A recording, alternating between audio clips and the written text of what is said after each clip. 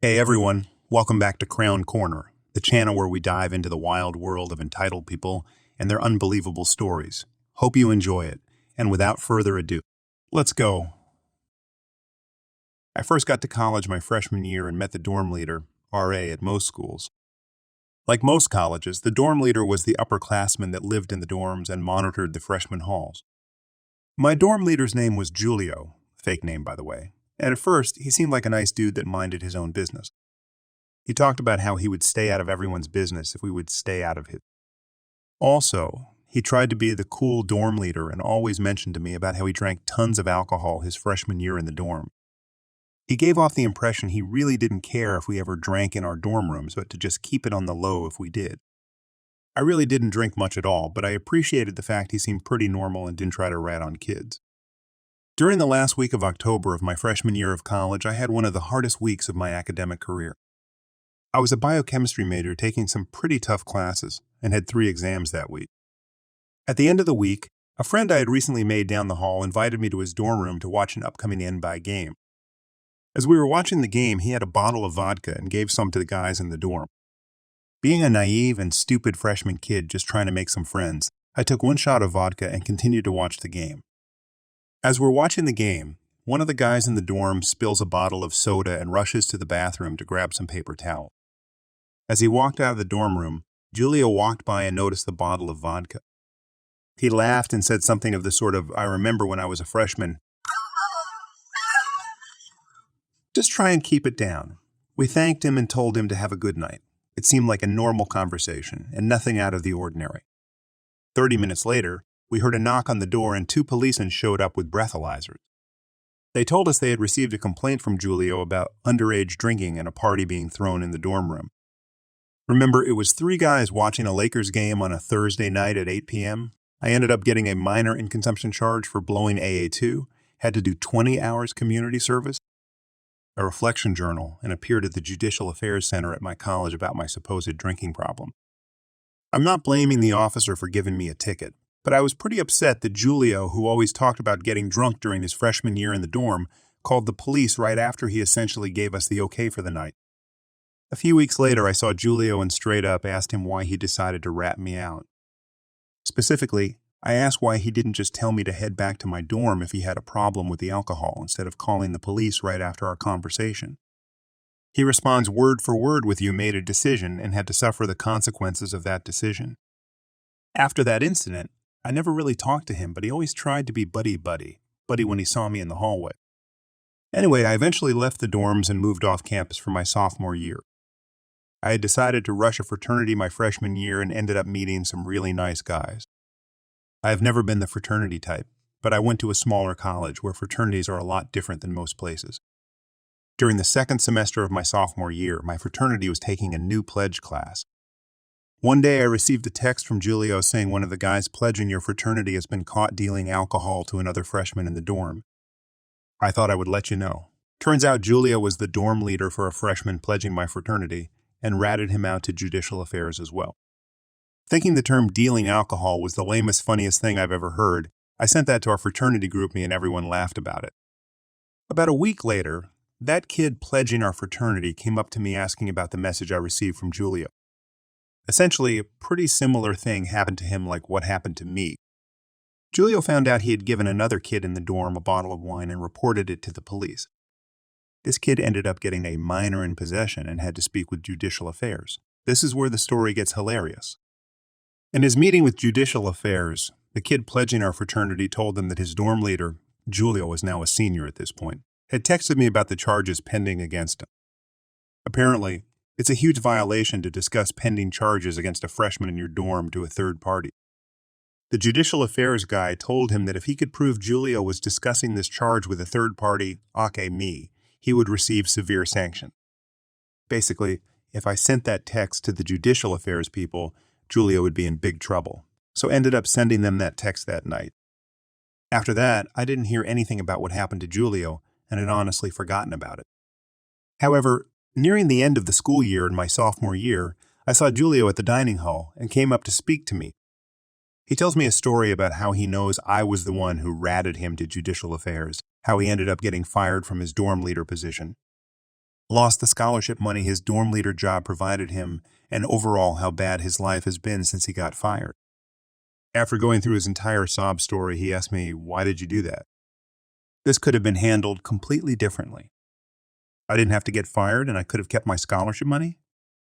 I looked him dead in the eye for what seemed like 30 seconds and said, "Julio, you made a decision and had to suffer the consequences of that decision."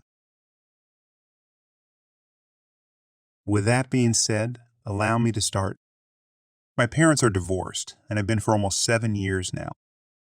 They split due to Dad not being home for his kids at all. He's self-employed and chooses his own hours to work. However, he'd work every day of the week, waking up at 10 after me and my sisters went to school and getting home at 8 or 9 p.m. when we were already preparing for bed. So when I say my mom was a single parent despite being married, I mean it. She's my idol and I look up to her so much. Anyway, after the divorce, the court arranged that there would be equal custody over us 3 kids. We would stay with Mom for 1 week, then Dad the next, and so on. But it wasn't true equal custody. Due to the hours my dad chose to work, us kids had to walk back to Mom's new flat, where we would be fed. She'd help us with homework, etc. Then at 9 p.m., Dad would come collect us and we'd go straight back to his house to sleep. Weekends would just be us kids in his house alone all day while he worked. But at night, that was when it got worse. See, my dad is incredibly insecure. As such, he insisted I leave my phone downstairs to charge on the night so that you aren't on at all hours of the night. He promised me he wouldn't go through it, as he had no right to, and B, Mom paid for the phone anyway. But that very first night, I woke up suddenly at 3 a.m. to my bedroom door being actually kicked inwards and my dad screaming at me, my phone in his hand. Apparently, he wasn't happy that I had been messaging my friend about the sleeping situation. He then told me he didn't want me in his sight. I'd like to say this is where the story ends, but I'm still typing. This would happen every other night when I would sleep at his house, and my sisters were traumatized by the yelling and screaming they would hear each night he decided to look at my phone. Each morning, my phone would be unlocked with gallery, messages, contacts, and WhatsApp open. It became the norm for me to delete message threads and just tell him nobody spoke to me, but that instead aroused his suspicion that I was lying to him. I couldn't change my phone's PIN because he'd asked for it in case of emergencies. It eventually drew to the point where after years of abuse, I had enough. In January 2020, I gave up on it all and decided to not continue living. I was caught by the police, arrested, and taken to a ward where the first person I saw was my dear sweet mom, who told me that I didn't have to live with my dad anymore. Both the lowest and highest point in my life. Fast forward to a few months ago, my younger sister decided she wants to live with Mom permanently like I do. Dad doesn't take this news lightly. He insists on a friendly talk with me and my sister in a public park so we can arrange what she wants. Surprise, surprise, I was invited for alternate reasons. Dad begins yelling at me about how bad of a son I've been to him as a dad that's done nothing but his absolute best to raise me, so I remind him of the abuse. It's how my dad raised me, there's nothing wrong with bollocking every now and then. I stand up for myself this time. I yell back at him about how he dares sit there and demand respect and appreciation for nothing but allowing your children to sleep in your house and traumatizing your son because you feel insecure. He demands I respect him, and I tell him I never have. That breaks him. He begins crying about how he's felt and how he's been contemplating not continuing living. I begin to soften, but as I do, he says, "And it's all because of how you kids have treated me." I tell him he's a scumbag and a jerk for trying to guilt trip his kids by threatening such an act, that my sister won't be staying with him and we leave. When he comes to pick up our youngest sister, he doesn't speak to us and doesn't acknowledge we exist. My sister and I are finally safe. Edit. For those of you that asked, my youngest sister still goes to my dad's house regularly and is the golden child of the bunch. She looks the most like him and is the most impressionable. Regarding how she's treated, we ask her every time she comes home from school how it was at her dad's house, and thankfully nothing has happened. She isn't shaky or hesitant in her responses, and she seems to genuinely enjoy being there, just as much as she enjoys living here. In terms of child support and the legal side of things, my mom took him to court a few weeks ago because he hadn't been paying any of the money he owed for both my sisters. I'm 18, legally exempt. However, it's been discovered he's been committing tax fraud for years due to his job being cash in hand. So he's on his way to staying behind bars for no less than a couple of years. So yesterday, my family and I went out for a nice dinner and a trip to the movies. This is something we rarely do, since we live moderately far apart and we all work our own jobs. Our party included my dad, my mom, my sister, and me. Everything was pretty chill and we were enjoying ourselves. The food was nice and the movie kind of funny. Nobody was expecting what awaited us just moments later. When the movie ended, we started walking out of our row towards the exit. The cinema is rather small, so there was only one door. When I looked back up to see where the rest of my family was, I saw that my mother was arguing with a couple. The man was a balding, middle-aged snob with thick glasses and an oily face. The woman was dressed in a black dress, golden necklace, and had a fake blonde Karen haircut. Both had this unbearable, upper-classy, I'm better than you feel, oozing out of them. It was pretty clear that they didn't want to get up to let my mother pass through. Now you see, my mother has a medical problem with her knee. She wanted to pass the row in this specific direction so that she doesn't have to huddle through the whole length of the row to get out. She tried to explain this to the woman, Karen, but Karen just made fun of her, taunting her with, "Oh, just climb over me then, and no, I can't let you pass. I want to see the credits." I saw how, after a while of arguing, Karen put her feet demonstratively on top of the seat in front of her to block my mother's way. My mom was all worked up, crying, and passed me by the exit, taking the long way. I don't take disrespect lightly, and I knew that if I didn't act, this scene would follow me for some weeks. I remembered that I had my water bottle with me, filled to the brim. So I took it out, walked back to where the couple was still sitting, and gave Karen and her boyfriend a refreshing shower directly onto their bellies and laps. They clearly saw me coming and looked at me all smug and victorious until the water hit them. Karen and her boyfriend looked shocked and had this, "How could you?" face on. Her boyfriend, who also yelled at my mom previously, confronted me with a quiet and shaky, why would you do that?" You can't do that, because apparently Karen and her boyfriend never learned that their actions have consequences. As I turned to leave, I saw Karen going full rage mode. She was climbing over her boyfriend in the seats to get to me.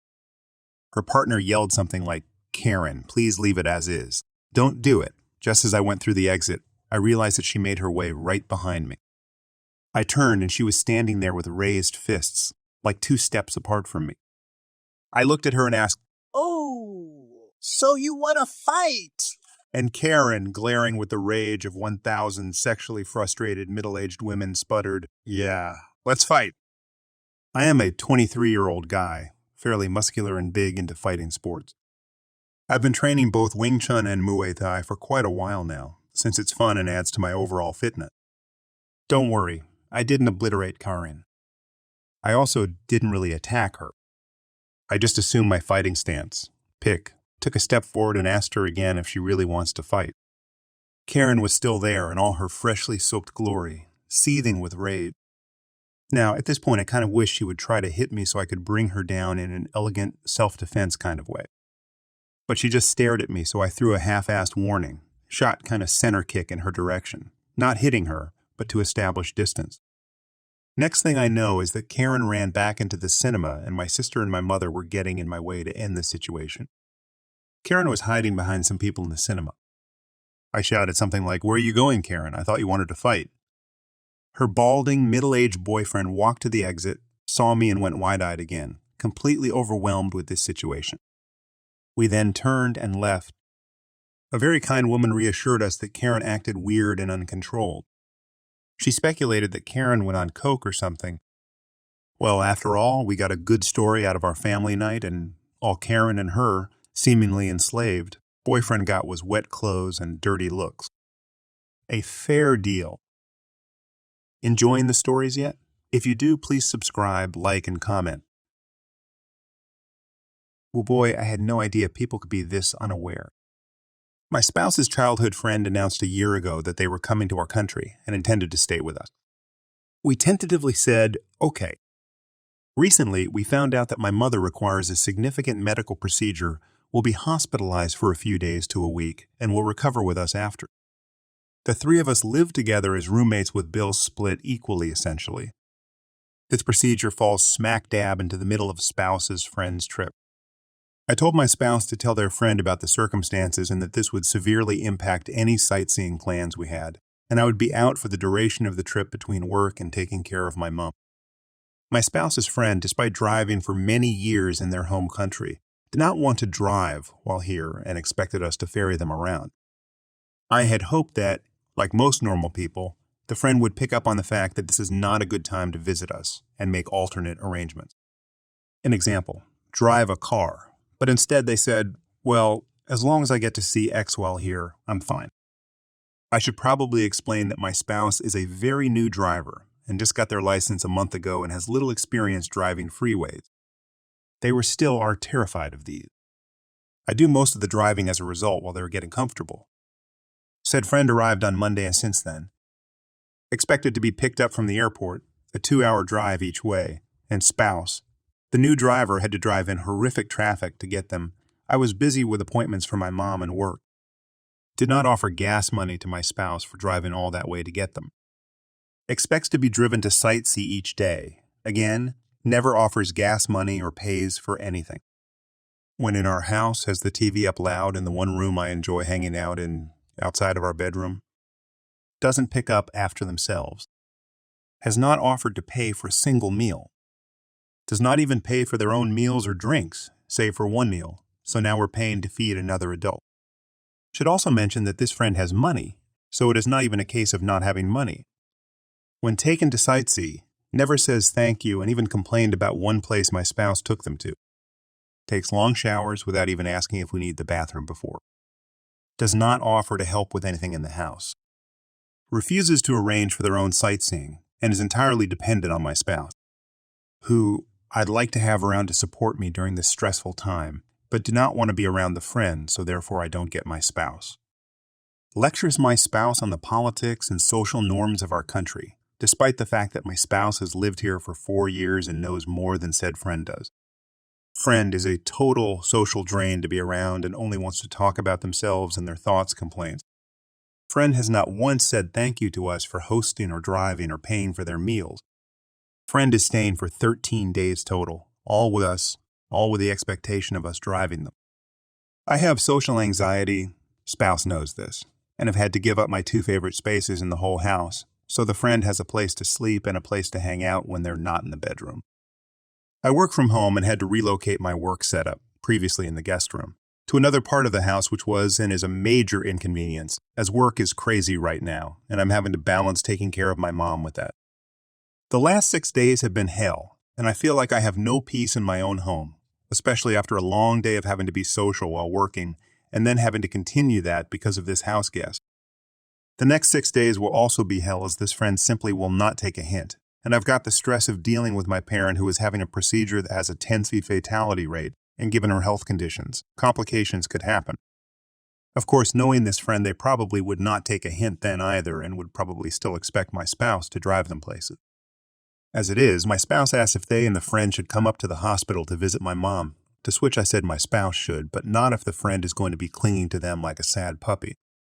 I have talked to my spouse, and they agree that the friend is a drain.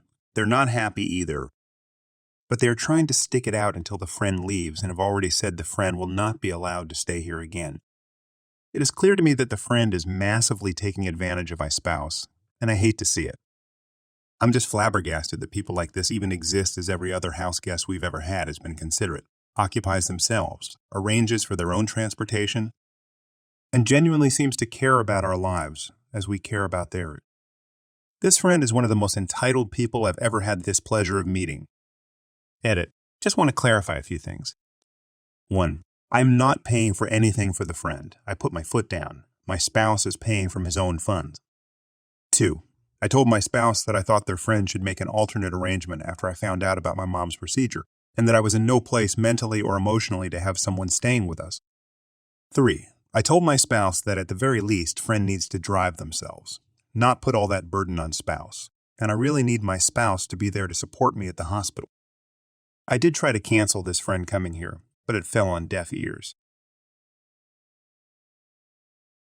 This story starts 31 years ago, but the revenge part was pure serendipity that began 2 years ago. I'm going to shorten most, Parts because it's a crazy ride, but I'll be happy to answer any questions you'll have. I learned a fuckton on this journey, and part of the reason for this write-up is to share that with others. The beginning. In 1990, when I was just out of middle school and my sister was still in elementary school, my dad met his third wife at the only gas station in our town. They soon moved in together, and my dad abandoned us in our basement apartment to live on a shanty houseboat that didn't run, to live with him. He would show up every other week and give me $40 for groceries. Eventually, someone figured out the situation and called my mom. We went to live with her, which was, believe it or not, worse. My dad and his shanty wife got married in 1991. Not long after, she called me and told me my dad's brain tumor had returned. It hadn't, and that he couldn't handle the stress of being around us. That the only people he could bear to be around was her and her son, Shorty, who was my age.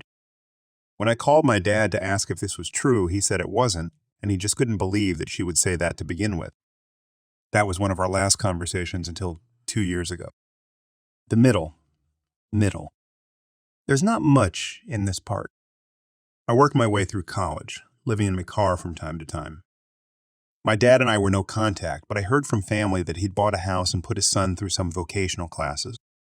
When my grandmother died, Shorty and shanty wife showed up in a truck and took all the furniture and anything else that wasn't tied down or already gone. Eventually, I went no contact with my dad's side of the family. I struggled for years, decades really, but I made it. And I have a great job and a good family now. The best revenge is living well, right? The pre-end warm-up. 2 years ago, October 2019, I got a call from my dad's brother, Alan. He told me my dad was in a nursing home in another state. Great. And I needed to go see him because he needed my help. What the F? Shorty had ghosted him. The nursing home, coincidentally, was about 20 minutes from my house. And I saw an opportunity and I went. The reunion was underwhelming. I didn't want to make amends, but I did want to hear how he wound up dumped and all alone in another state. And it was a really, really good story. Shanty wife got lung cancer and put my dad in a nursing home before she died in 2017. She suffered, and I was happy to hear it, but sad it wasn't ass cancer. Shorty became his power of attorney, POA, when she died and had been visiting my dad, living in my dad's house with his 2 children, and taking care of my dad's affairs since his mom died. But now he was Maya, and my dad was worried about him. He asked me to drive the hour and a half to his house to check on everything. That's all he wanted. He never even asked me how I had been. I agreed to go, I think out of morbid curiosity. I'd never even been to my dad's house. I did want to see where he lived with his real family for 30 years. I wanted to see what could have been my life. It was 50 shades of screwing awful. The grass hadn't been cut all summer. You couldn't get to the front door for the overgrowth. There were 3 pickup trucks in the yard. 2 were full of trash. Cabs and beds and back seats, just trash. Mail, clothes, paper, shoes, garbage bag. I couldn't understand it. My dad's handicapped, modified sous vide was on 4 flats and full of garbage, too. I didn't have a key, so I just walked around. From what windows I could look through, the inside was in shambles and hoarded to hell. On the front and carport doors were dozens of notices from the city that they were going to condemn the place. The carport was also hoarded. Boxes and boxes stacked on each other, most rotting from the rain. The yard was full of garbage. Broken Christmas ornaments, more shoes, rusted tools, old toys. There was a letter in the mailbox notifying him that since the house was abandoned, mail would not be delivered anymore. That night, I Googled powers of attorney and how to use them. I went back the next day and showed my bedbound dad the pictures on my phone. He vowed to beat Shorty's ass, then asked me to help more. I told him I would, but he'd have to sign power of attorney over to me. All of it durable, financial, and medical. If he didn't, he could figure this shit out by himself. He agreed, so I set about finding a lawyer who would drive to another state and do the paperwork in the nursing home. Bless that lawyer for being so good at his job, because all I did was tell him what I knew, and he put together a beautifully bulletproof post. It was full of stuff I didn't even know I would need.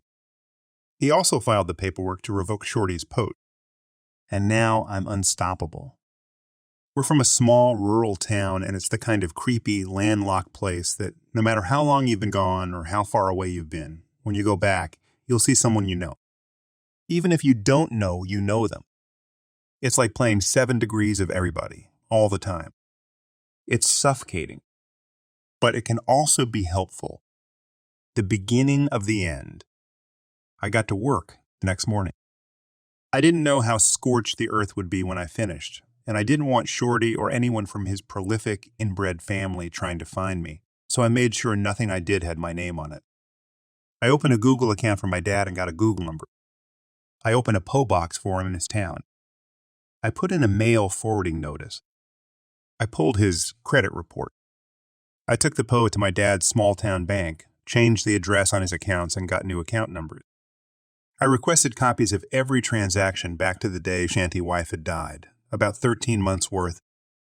I had to go to the main branch, 2 hours from my house the next day, to pick the records up. I sat in the lobby all afternoon, going through the account.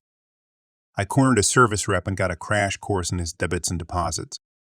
This is when I figured out the extent of Shorty's staggering stupidity. My dad got about $5 a month in disability and Social Security every month. Twice a week, Shorty was going into a branch and withdrawing cash. All of the cash.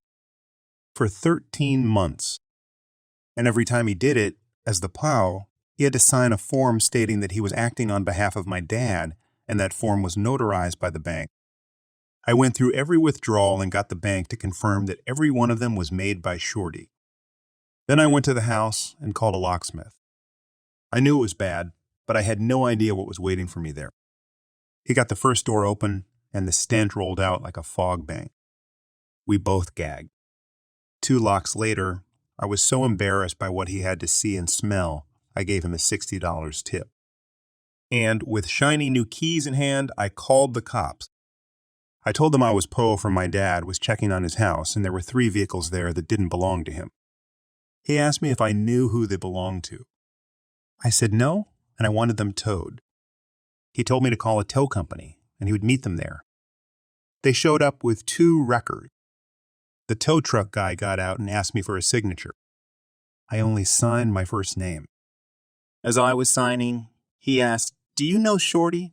Running on pure hatred at this point, I surprised myself. "Do you?" I asked. He said he did, and that he's an asshole. I responded, he might be. "Hey, can you do me a favor? If you see him, will you tell him my mom is coming for him?" His bravado evaporated. He knows a crazy bitch when he sees one. They towed the trucks. When everyone was gone, I opened the door in the carport to peek in. The sun was going down and it was dark in the house. I heard something faint, and after some seconds realized it was the roaches and the rats doing their roach and rat stuff. I could smell it all in my hair. I sat on the carport steps and watched the sun go down. I was mad. Just so cosmically livid that 72 hours was all it took to dissolve 3 decades, and here I was, stinking and listening to the rats and cleaning everyone else's shit up. Taking time away from my family, and for what? I had a coming to Jesus with myself. I could either bow out now or double down. And the thing is, I'm tenacious. To a goddamn fault. I had to be to survive, and this was a bone I couldn't put down. The thought of Shorty's life being upended, his only source of income, probably, disappearing literally overnight, and my dad having to hear secondhand from me that he's broke and alone, made me absolutely giddy. I desperately wanted them both to lose what they had left. So, I decided I was going to triple dog down. That night, I Googled restraining orders. And it was surprisingly easy to get one. I went to the courthouse in my hometown, went to the clerk's office and told her I needed a restraining order. I filled the form in at a rickety little table while I was there. I wasn't prepared to see a judge that day, but she took the form and said, "Okay, I'll see if the judge is still here." That kind of scared me. She took me to his chambers, and as I was waiting, I looked around and saw he had certificates of appreciation hanging up from various veterans groups. Then I wiped my palms and thought, fish in a damn barrel. He asked about my dad's stint in the Marines and about the Dodd office logo on my sweater. I'm a contractor. He read my form and granted a temporary order. I would have to go back for the permanent one, where Shorty would be able to argue against it. Then I went home and Googled biohazard companies and elder abuse statutes in my state. I hired a biohazard company to shovel all shit out of the house for $7. I would have paid double. They found my dad's mummified dog under some pizza boxes in the master bedroom. They sent me pictures and salvaged some papers. Shorty was served during this time and a hearing was set. I got to work collecting and documenting shit. I made pictures and spreadsheets and timelines with cross-references because screw it, now they had my full attention. The paid versions of Truthfinder and Trello seriously got me through all this. In my spare time, I went to the nursing home and gave my dad atexting copies of the pictures of his dead dog. From every angle. Before court, I went to the police station nearby and told them I wanted to report an elder abuse crime. A white-collar detective came out and told me it was a domestic matter, and that since Shorty had been POA, everything he had done was legal. And this was the day I got to teach a small-town detective about the fiduciary responsibilities of a POT. Thanks, Google. I handed him a copy of the statute with the applicable sections highlighted. Then I handed him a thick folder with bank statements, pictures of the hoarded house and dead dog, a copy of my dad's credit report that showed he was tens and tens of thousands of dollars in debt, and a spreadsheet listing every cash withdrawal with a running total of the stolen amounts. The grand total was just over $130 in cash. That's not including the lost value of the house or the credit cards he opened and used. I told him he could keep that folder since it wasn't the only one I had. Then I told him I would wait for a case number, and I sat down. He came back about 30 minutes later and apologized, said I had a case, and gave me a case number. Then I headed over to the courthouse. This is the end? The end. There were other people there, and I had to wait my turn. And while I was waiting, that stupid mother F schlepped his sloppy butt into the courtroom, by himself, and obviously, literally, non-metaphorically, dirty. His shoes were untied, and that turned my giggle box over. Then it was our turn, and we stood up. The same. Judge asked me some questions, asked him some questions, and asked me if I had any proof. I had a very thick folder of it. The judge asked me if I'd gone to the police. Well, yes, sir, I have. Do you have a case number? As a matter of fact, the order was granted permanently and for life, but not before the judge halted proceedings and told Shorty he needed a lawyer. Someone told me that the courthouse would have a copy of my dad's due 214 discharge papers. So while I was there, I got a copy of those because why not? I also used my paw to take Shanty Wife off the deed to the house. That way, if my dad died and it went into probate, Shorty had no immediate claim. I also went and got copies of my dad's birth certificate and Shanty Wife's death certificate. Technically, stepchildren can't request that info, but the clerk who waited on me recognized my dad's name and told me she lost her virginity to my Uncle Alan in the 60s and went to my grandparents' funeral. So I got all the forms I wanted. Shanty Wife left my dad $50 in life insurance. About $35 of that was left since Shorty was spending my dad's money and not his mom's. So I opened an Ally account and transferred every penny over. Then I set up recurring transfers for the monthly deposits. At any given time, there was no more than $100 in his account. I also found a house flipper that paid me enough for the house to pay off his mortgage. That's the thing about probate. There's nothing to fight over if there's nothing there.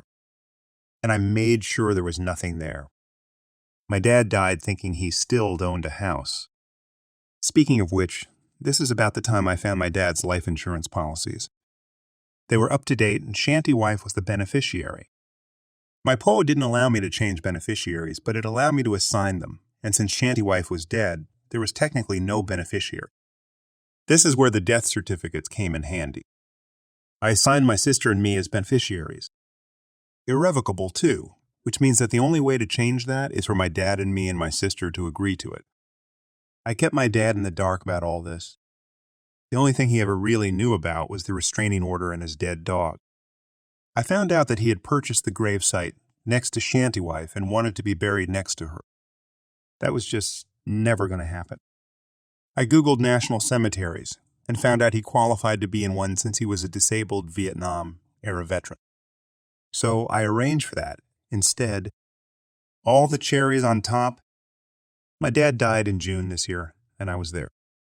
He's buried in a national cemetery far away where no one will ever go visit him. The only obituary I ran was on the funeral home's website, and that only for insurance purposes. I wrote it as vague as possible. There was no service. His urn is purple, the color he hated most. I got a call in August from the prosecutor's office in my hometown. The lady on the other end is married to my first cousin because of course she is. That's how it works there. Shorty was arrested just after midnight on July 1st, was still in jail, and had been arraigned on felony elder abuse charges. He's facing 10 years in FPA MITA prison. She told me not to expect the trial anytime soon, as it can take up to 3 years for that to happen. I told her that was awesome, since the uncertainty will hopefully haunt him. And after all that, he's still got prison to look forward to. He lost his kids. He lost his dad. I'm spending his mom's cancer money. He lost his free house and trucks. He has no credit and will never be able to get any sort of decent job and will, hopefully for a long time, not be able to find a decent place to live. And I sleep like a damn baby. Edited to add pictures that I scattered throughout the thread with some extra bonus pictures. Shorty's mugshot with identifying info removed. One of the many notices left by the city. Locksmith working on first lock. Back door and my grandmother's dining room table. Carport. Living room. Back patio. Living room after company cleaned it up. Dead dog room before. Dead dog room after. Purple urn Arl. Urn is behind the flag. Bundle of casings gathered after the service. 1 page from bank statement. Unopened DVD box set of the Midnight Specials performances from 1973 to 1980. Backyard storm shelter. My sister and I spent 10 hours dragging the stuff out of the yard to the street. The next day, the bins and bags had been torn apart by neighbors. Thanks for joining us. If you enjoyed the video, don't forget to hit the like button and subscribe for more captivating stories. Share your own experiences, opinions in the comments below, and let's keep the conversation going. Until next time, stay tuned for more epic tales.